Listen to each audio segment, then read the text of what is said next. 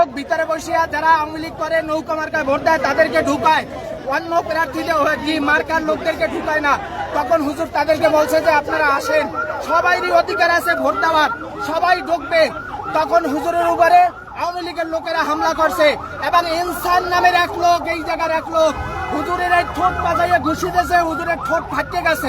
2023 সালে অনুষ্ঠিত Barishal city corporation নির্বাচনের ফলাফল বাতিল ও ইসলামী আন্দোলন বাংলাদেশ সমর্থিত হাতপাখা প্রতীকের প্রার্থী দলটির সিনিয়র নায়েবে আমির মুফতি সৈয়দ মোহাম্মদ ফয়জুল করিমকে মেয়র ঘোষণা করতে আদালতে মামলা হয়েছে। বৃহস্পতিবার বরিশাল সদর সিনিয়র সহকারী জাজ ও নির্বাচনী ট্রাইব্যুনালে মামলাটি দায়ের করেন সৈয়দ মুফতি ফয়জুল করিম।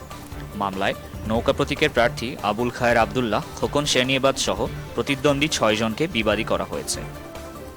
মামলার আইনজীবী শেখ আবদুল্লাহ নাসির বিষয়টি নিশ্চিত করে বলেন, আদালত আমাদের আর্জি শুনেছেন। আমরা আদালতকে জানিয়েছি স্বৈরাচার সরকার নির্বাচনে হাতপাখা প্রতীকের প্রার্থী মুফতি সৈয়দ মোহাম্মদ ফয়জুল করিম জয়ী হলেও তাকে পরাজিত ঘোষণা করেন। স্বৈরাচারের লোকজন তাকে প্রতিটি কেন্দ্রে প্রতিহত করেছে, তার ওপর হামলা হয়েছে। এসব বিষয়ে প্রতিকার চাইলেও তৎকালীন নির্বাচন কমিশনার কাজী হাবিবুল আউয়াল বলেছিলেন, তিনি তো ইন্তেকাল করেন নাই। এই ইন্তেকাল কমিশন হাতপাখা প্রতীকের প্রার্থীকে পরিকল্পিতভাবে পালিয়ে যাওয়া আওয়ামী লীগের হয়ে পরাজিত ঘোষণা করে। তখন আইনি ব্যবস্থা এমন ছিল যে আমরা চাইলেও কোথাও প্রতিকার পাইনি।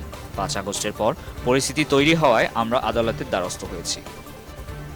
তিনি আরও বলেন, বর্তমানে প্রশাসন দিয়ে বরিশাল সিটি কর্পোরেশন পরিচালিত হচ্ছে, এতে নগরবাসী কোনো নাগরিক সেবা পাচ্ছে না। আমরা চাই 2023 সালের বরিশাল সিটি কর্পোরেশনের নির্বাচনের ফলাফল বাতিল ঘোষণা করে আদালত জনগণের প্রতিনিধি মুফতি সৈয়দ মোহাম্মদ ফয়জুল করিমকে বিজয়ী ঘোষণা করবেন। মামলার অপর বিবাদীরা হলেন গোলাপফুল প্রতীকের প্রার্থী মিজানুর রহমান বাচ্চু, হরিণ প্রতীকের আলী হোসেন হাওলাদার, হাতি প্রতীকের আসাদুজ্জামান, লাঙল প্রতীকের ইকবাল হোসেন তাপস এবং টেবিল ঘড়ি প্রতীকের প্রার্থী কামরুল আহসান রূপন।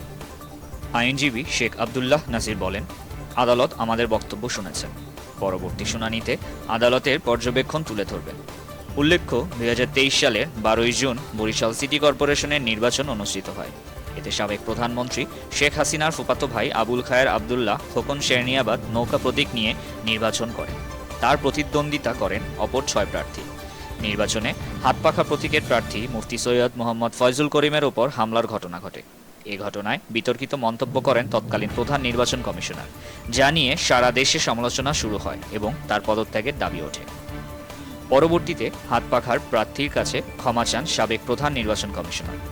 এই নির্বাচনে প্রকাশিত ফলাফলে বিজয়ী প্রার্থী নৌকা প্রতীকের আবুল খায়ের আবদুল্লাহ পান 87,808 ভোট, আর তার নিকটতম প্রতিদ্বন্দ্বী মুফতি সৈয়দ ফয়জুল করিম পান 33,828 ভোট।